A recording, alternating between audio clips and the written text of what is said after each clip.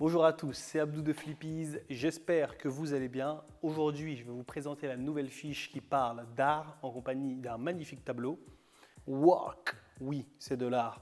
Certains diront non, c'est pas de l'art. Commencez votre cours comme ça en montrant ce genre d'œuvre-là et ce genre d'œuvre-là et vous proposez à vos apprenants de répondre à la question suivante. Art ou pas? L'art abstrait est une arnaque. L'art abstrait n'est surtout pas une arnaque et dans la première compréhension orale, on vous explique exactement, point par point, pourquoi ce n'en est pas une. Ces gamins là, ils ont entendu Waouh, un chimpanzé a vendu un tableau 25 000 $. Et ils ont voulu faire la même chose. Voilà, ils voulaient s'acheter des carambars. Je ne sais pas ce qu'ils ont voulu faire, mais voilà, c'est assez drôle. Mais ce n'est pas du tout une arnaque et la première compréhension orale vous explique clairement pourquoi ce n'en est pas une et pourquoi l'art abstrait est vraiment considéré comme une discipline réservée à l'élite des artistes. Ce tableau-là coûte plus d'1 million d'euros et on vous explique exactement pourquoi. À la fin de cette vidéo, je vous propose de commenter des commentaires concernant l'art abstrait. Par exemple, un chimpanzé a pu vendre un tableau 25 000 $. Moi aussi, je suis un artiste. Ce qui marche très bien face à ce genre de citation un peu polémique, c'est de séparer la classe en deux.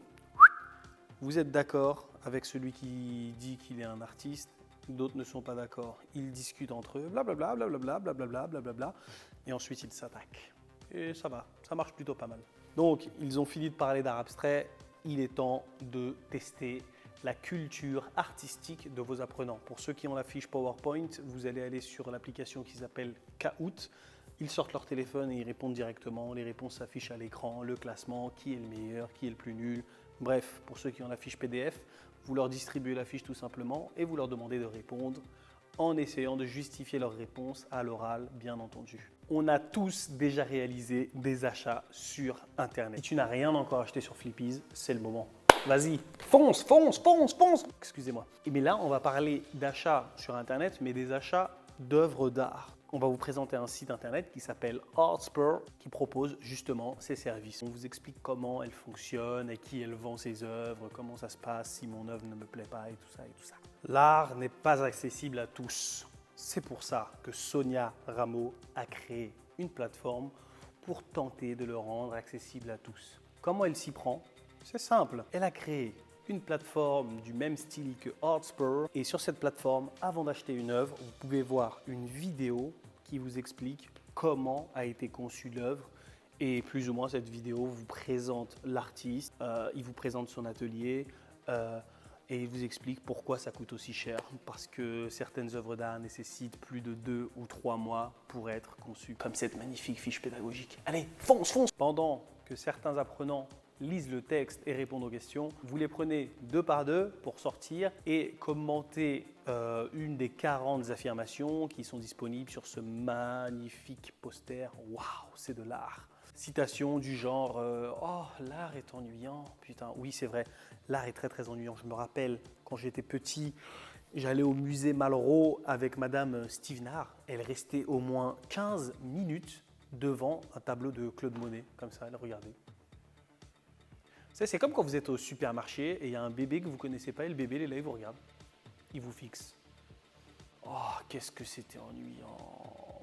Maintenant, on va parler du street art.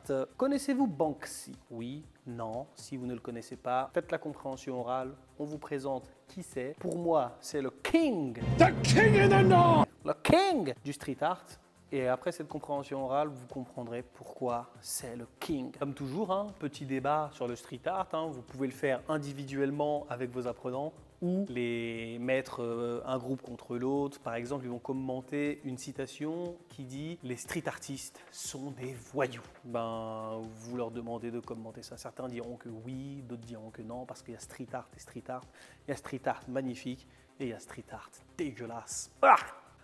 Production orale, collective, originale, qui s'intitule « Le street art au service de la ville ». Le street art peut changer le monde. C'est ce que vous devez dire à vos apprenants. Oui, nous allons changer le monde. Vous avez plusieurs problèmes de société à dénoncer. par exemple, je sais pas moi, le racisme. Et le street art va éradiquer ce problème ou faire prendre conscience à tous les habitants de votre ville que ce problème existe et qu'il faut l'éradiquer avec le street art. Mais je ne vous en dis pas plus, je vous laisse découvrir tout ça. Vous verrez cette activité. Bon, comme d'habitude, fiche de vocabulaire complète, une production écrite de 250 mots pour parler au maire de votre ville qui pète les plombs. Je vous dis à bientôt sur Flippies. Profitez de cette fiche, profitez du PowerPoint. Bon, on se dit à bientôt sur Flippies. Abonnez-vous, partagez cette fiche partagez cette vidéo avec vos amis qui sont profs de FLE. Non, le cuisinier, le garagiste, non, prof de FLE. Ok. C'était Abdou et je vous dis à bientôt sur Flippies. Ciao.